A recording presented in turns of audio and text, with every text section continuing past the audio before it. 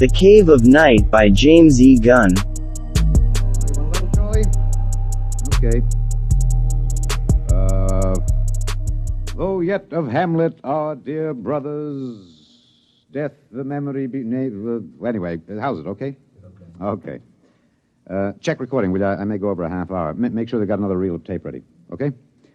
All right, Look, Bill, I've just put the segments of tape together for the next week's show. I'm going to record my narrations, and we'll listen to it together tomorrow. I know this is unusual, but you're the producer, and I don't want you out on a limb that may be sawed off behind us. This week's show is liable to either win us every award from the Peabody to the Pulitzer Prize, or maybe put the network out of business. Okay, we start with the standard opening. Behind the world, etc., 40 seconds. This is Harry Anders, your editor. At 8 o'clock, after the sun has set and the sky is darkening, look up. There's a man up there where no man has ever been. He is lost in the cave of night. And the fuel tank's empty. Receiver broken. Transmitting and clear. Anyone picking this up, anyone. This is Rev McMillan calling. Notify Goddard Rock, New Mexico. There's no way to get back. There's a man up there where no man has ever been. He is lost in the cave of night. We all know that phrase now, the cave of night. It was written by a poet disguised in the cynical hide of a newspaper rewrite man. But it stuck. It caught the world and held it like a butterfly pinned to a board. It started with a ham, an amateur radio operator, in Davenport, Iowa. All right, Eddie. Roll the first tape in here. It's marked. Am I too close? I was up in the attic. I usually have a talk with WG-73. He's in Buenos Aires. We play chess. Well, there was some kind of interference. And then all of a sudden, I heard this voice. I record most of my listening anyway, so I had the tape machine running. After I heard it, I called civil defense. That's what we're supposed to. Look, Bill, I haven't done the final editing on these tapes, so don't worry if they're a little rough. Down out of the night, flung from the darkness, came these words, the first of so many that electrified the world. Notify Goddard Rock, New Mexico. There's no way to get back. No way to get back. I'm stuck up here. No way to get down. What does it take to catch the pity of the world? A man wedged underground in Kentucky. A little girl in the bottom of a well. Somebody alive, waiting for rescue, with the days of his life numbered. Somebody, somewhere, waiting for us to get him out. The story broke in this morning's papers. Orbiting 1,000 miles above our heads was a man, an officer of the United States Air Force in a fuelless spaceship. We're recording at the desk of Mike Bayless, senior night editor of the Continental Press National Wire. Hey, you always get a reaction like this. I remember the Floyd Collins story in the 20s. Fellow trapped in that cave in Kentucky, remember? Oh, sure. And the whole country hanging on to see if he could get out. Then there was that little girl stuck in the well. Kathy Fisker's? Yeah. We pulled all those stories out and put them on the wire for background. But this hit bigger. We got the first lead from an Air Force handout in New Mexico. They just said an experimental rocket failed to return to base. But by that time, the cat was out of the bag. Ham operators picked up those messages from Boston to Fairbanks, Alaska. Mr. Bayless, you first used the phrase, the cave of night, didn't you? Yeah, I guess so. I mean, you got to get a little purple on a thing like this. People eat it up. You can't spread it on too thick. Anyway, I was lost in a cave once when I was a kid in upstate New York. I waited around for a couple of hours in the dark until they came for me. It kind of reminded me of that. It reminded the world of terrors at night, of struggling awake through nightmares. The fears of loneliness, darkness, falling, suffocation, thirst. It reminded me of Rev McMillan. Perhaps I have an advantage over all the other reporters for newspapers and radio and television because I knew Rev McMillan. I knew him in college and in the Air Force. I knew that he was testing rocket-powered craft at Goddard, but I didn't know they were so close to space. No one knew, till those messages of desperation crackled down through the atmosphere. I remembered Rev when I saw those headlines that morning. Straight black hair, Clark Gable ears, a reckless grin. He ate well, reveled in expert jazz and Mozart opera, and he talked incessantly. His southern speech was no drawl. There was too much to say. And now he was alone, and soon all that might be extinguished. The men from the radio newsrooms rushed to Goddard Rocket Base armed with miniature tape recorders. Gentlemen, I'm Colonel Arthur J. Hannigan, Information Officer for Goddard Rocket Base, and I'm authorized to issue the following statement. First Lieutenant Reverty L. McMillan, United States Air Force pilot, Experimental Rocket Division, took off from Goddard Base at 22:34 Rocky Mountain time. His craft, the XR-37 Mark II, a hydrazine nitric three-stage rocket. I'm sorry I can't describe it, boys. Classified. Well, in order to maintain orbit, the motors were pulsed for 1 second every 15 seconds elapsed time. After 3 minutes, the exhaust was seen by ground spectroscope observation to flare for half a minute. His fuel supply is exhausted. The craft has reached sustaining orbital speed. What does that mean, Colonel? He's out of gas. He can't get down. The first mobilization was of the scientific brains massed at Goddard. Few of them knew Rev. Brains at a research project are usually carefully sorted out and salted away from the distractions of the outside world. They designed, they invented, they calibrated and theorized. But they didn't know the short, stocky man with a lopsided grin who rode the fruit of their labor up and out, and now circled the world of his birth, with time ticking out. I covered the hearings in Washington for the network newsroom. I flew down from New York, and the stewardess came out every few minutes to tell the passengers the latest news. She called him Rev, although she never knew him, and once I thought I saw a tear. The hearing was before the subcommittee of the Senate Committee on Military Affairs. Presiding, Senator Allen J. Haggister of Kentucky. All right, General Finch. You've made the technical situation fairly comprehensive, even to an old cane-brake, redneck hillbilly like myself. I have tried to make the gravity of the situation apparent, sir. It appears to me, General, that the sacred life of a human being created in the image of his maker is in danger. It's no light thing to be thrown away like some guinea pig. If that ship wasn't safe, if that poor man up there in the cave of night is to die, somebody is responsible. Isn't that right, General? Sir, a manned rocket was sent up because of one simple fact. It takes a computer of tremendous versatility and capacity to operate a Harrison-Munch reactor engine.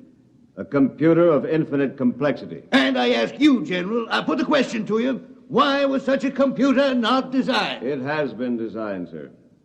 It was designed 500,000 years ago. There is only one mechanism competent to handle those controls, sir. That is the human brain. All right. I turn now to my second question, General, and I ask it not only for myself and my colleagues on this committee, but for 170 million Americans listening on the radio, watching on television. With that man up there living out his last days, why was it not possible to send a ship up after him? Why was there no second ship built? For one reason, Senator, money. The appropriation for rocket research fell short by 12% of the amount needed even to build one vessel.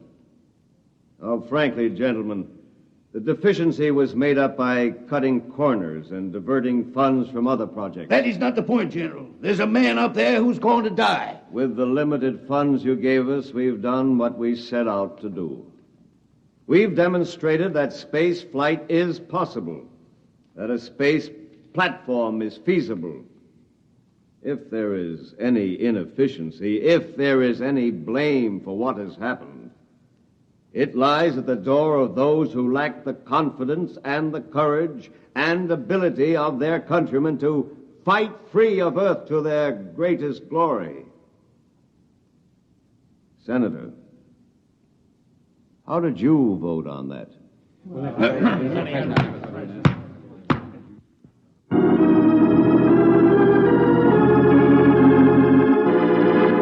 This is Harry Anders in the gallery of the Washington National Cathedral.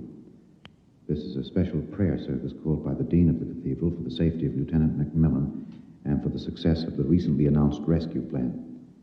The church is filled. There's a sprinkling of high Navy, Army, and Air Force uniforms.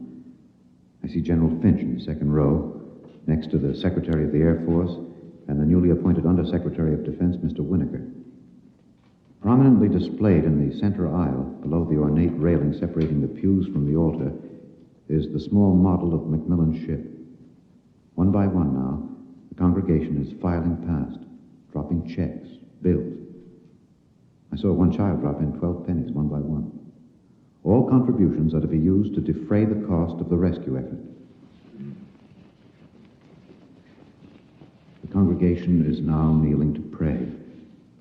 A moment of silent prayer will follow for the safety and rescue of Lieutenant McMillan. $1 billion was raised in 1 week from voluntary contributions. Another $1.5 billion was appropriated unanimously by Congress. The race began. Would the rescue party reach the ship in time? Of course, we didn't know then. And daily we listened to the voice of the man we hoped to buy back from death. Now, look, Bill, on these McMillan broadcast tapes, don't let some ignorant engineering vice president holler because it's not broadcast quality. Believe me, I knew McMillan. There's more of that wild Texan in these tapes than in any hi-fi super-frequency response studio recordings. Just listen. You'll see what I mean. I've been staring out the portholes. I never tire of it. Through the window at the right, I see a black velvet curtain with a strong light behind it. There are pinpoint holes in the curtain, and the light shines through, not winking the way stars do, but steady. There's no air up here. That's the reason. My oxygen is holding out better than I expected. By my figures, it should last 27 days more. I shouldn't use so much of it talking all the time, but it's hard to stop.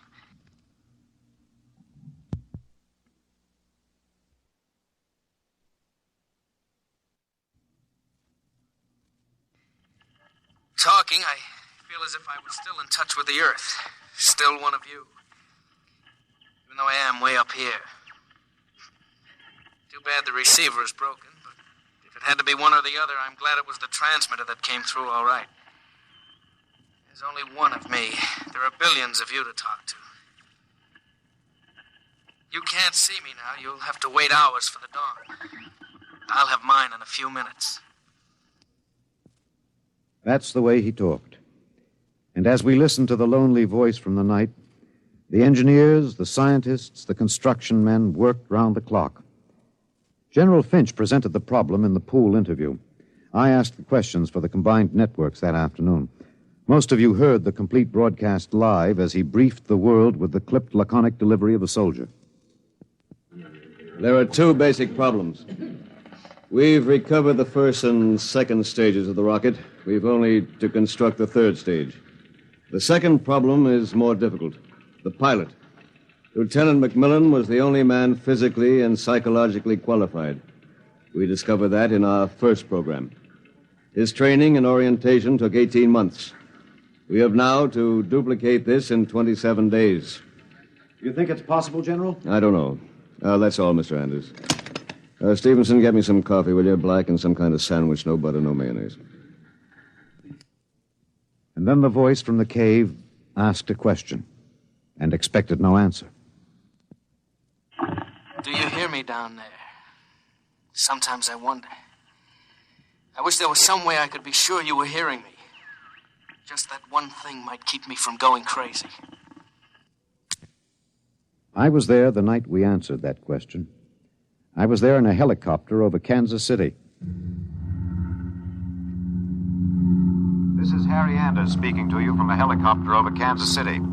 There are 15 seconds till midnight. The plan was developed by General Finch. At precisely midnight, every light in the city will be out and then flashed on in 2-second intervals. This will be the exact moment that Macmillan's ship is calculated to pass overhead. It's almost time now. 5, 4, 3, 2, 1. There they go. Off. On. Off. On. Off. On. I see it. I see it. Kansas City winking at me. Oh, yes, I can see it. Thanks. Thanks. You're listening. I know that now. I'm not alone. I'll never forget. I'm waiting for you. We're recording in the press gallery of the Goddard Rocket Base main construction hangar. The vast third stage component stands before us, men swarming up and down the gantry cranes. The Mark III is being built to carry 5 men instead of 1. The pilot selection has been kept a top secret to avoid unnecessary strain on the men selected. The latest progress report gives a possible margin of 6 hours between the launching of the rescue ship and the estimated exhaustion supply of oxygen to Lieutenant McMillan. The shift is changing now. The expert construction workers recruited from across the country by the combined efforts of the Air Force Personnel Service, the Atomic Energy Commission, and the International United Electrical Workers and United Auto Workers of the AFL-CIO. The margin is 6 hours. 6 hours between life and death for Lieutenant Reverdy L. McMillan. An hour ago, I saw the sun rise over Russia. Looks like any other land from here. The green where it should be green. Farther north, a sort of mud color. And then white where the snow is still deep. Up here, you wonder why we're so different when the land is the same. You think we're all the same children of the same mother planet. Who says we're different? Can you hear me in the back? You're standing a little close. Well, how about this? That's better. That's better. All right, gentlemen, I have exactly 5 minutes for the press conference. Therefore, I'm not going to answer any questions. Progress report is as follows. As a safety factor, we're constructing 2 complete 3-stage rockets and 6 additional 3rd-stage components. The telemetered reports from Macmillan's ship have added important additional information, and the first of the rescue vessels should be ready to be launched at the estimated time, weather permitting. Now, don't ask a question. Within certain limitations of air turbulence, the rocket will be ready to lift in time to save Lieutenant McMillan. 21 days. The air is bad tonight. Can't seem to get a full breath. It seems to stick in the lungs. It doesn't matter, though. But I wish you could see what I've seen. The vast spreading universe around Earth like a bride in a soft veil.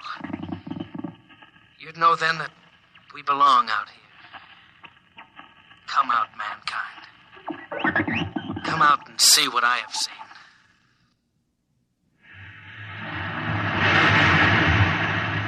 This is Harry Anders at Goddard Rocket Base. The Harrison Munch reactor engine for the first 3rd-stage rescue is being tested here at Goddard.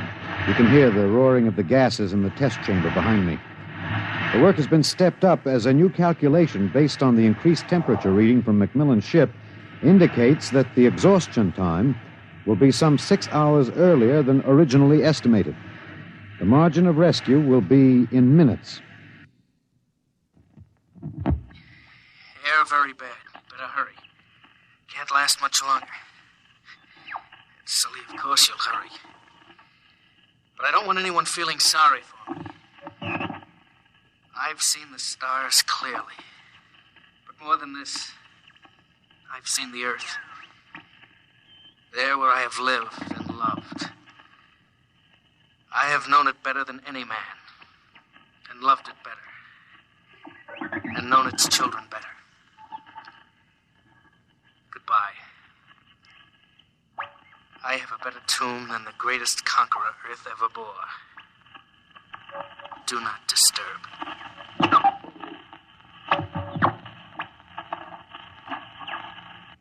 Countdown for blast off. 5, 4, 3, 2, 1.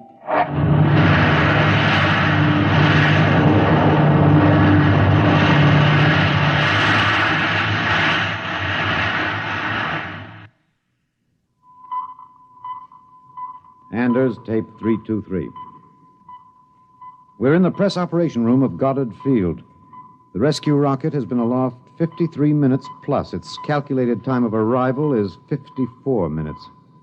You will hear the voice of General Beauregard Finch on a direct pickup from the rescue vessel, which has been named unofficially the Lifesaver. Silent crowds have collected at the outer perimeter of the rocket base, as if by their presence they might help it. Here it comes. Quiet. The next voice you hear will be General Finch aloft in the rescue ship. The voice quality may not be good. He's speaking over a throat mic in his pressure suit. Mark 3 to base. This is Finch. We'll secure that cable. We have just secured to the airlock of Macmillan's ship. I'm now entering the lock. The inner door is closed. I have closed the outer door. The inner door is cycling. Now it is open. Bring in those oxy bottles, will you? The bulkhead to the control room is open.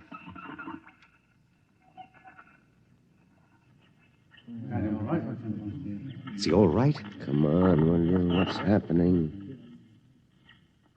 Lieutenant Macmillan is dead. He died heroically, waiting till all hope was gone. Until every oxygen gauge stood at 0. And then, well, the airlock was open when we arrived. In accordance with his own wish, his body will be left here in its eternal orbit. I'm going to leave now. My feet will be the last to touch this deck. Lieutenant Macmillan is in his control chair, staring out towards the stars. I'll leave the airlock doors open behind me. Let the airless, frigid arms of space protect and preserve for all eternity this man they would not let go. Well, that's the show, Bill. Bill, you remember at the conference we hadn't made up our mind whether to pick anything up from the celebration last night after the news of the Mars landing?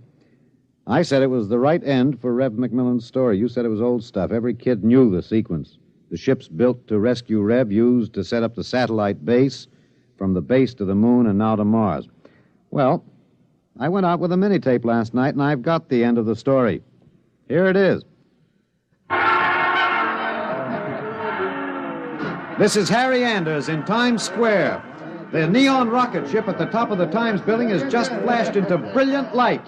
The signal that the landing signal has been received from the rocket Rev Macmillan III.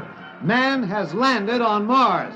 And a holiday crowd here in Times Square is celebrating like 1,000 New Years rolled into one. I'm being tossed and pushed and clapped on the back all at once.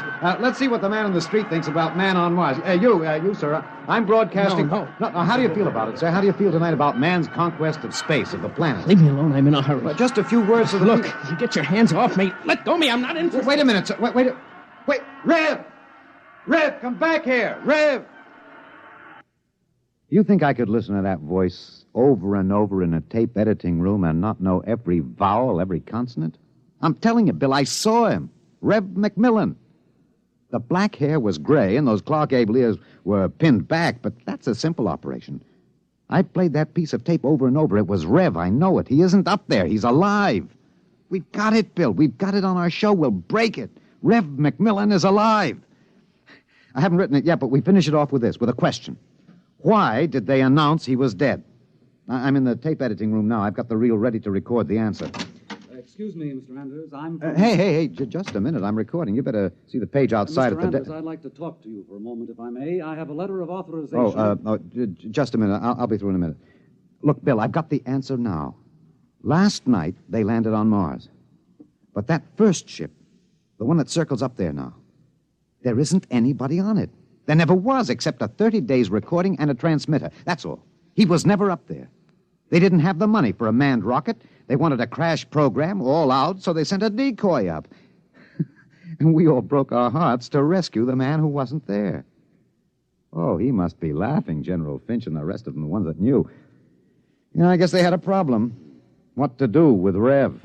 I wonder if he slipped away from whatever guards they have around him to see the celebration. He looked a little sad. I think sometimes he must wish he was really up there in the cave of night, seated in the icy control room, 1,075 miles above the Earth, staring out at the stars. Mr. Anders, I must insist. What? That... Oh, Bill. Looks as if I won't have to worry about editing this tape. My friends are from Washington. I'd like to call your attention to the last paragraph. What? Oh, no. It's very simple. You won't have to burn it. It's easy to destroy recording tape. I throw this switch. When the tape goes through the erasing head, it's gone forever. Oh, too bad. Would have made one fine show. Okay. So long, Rev.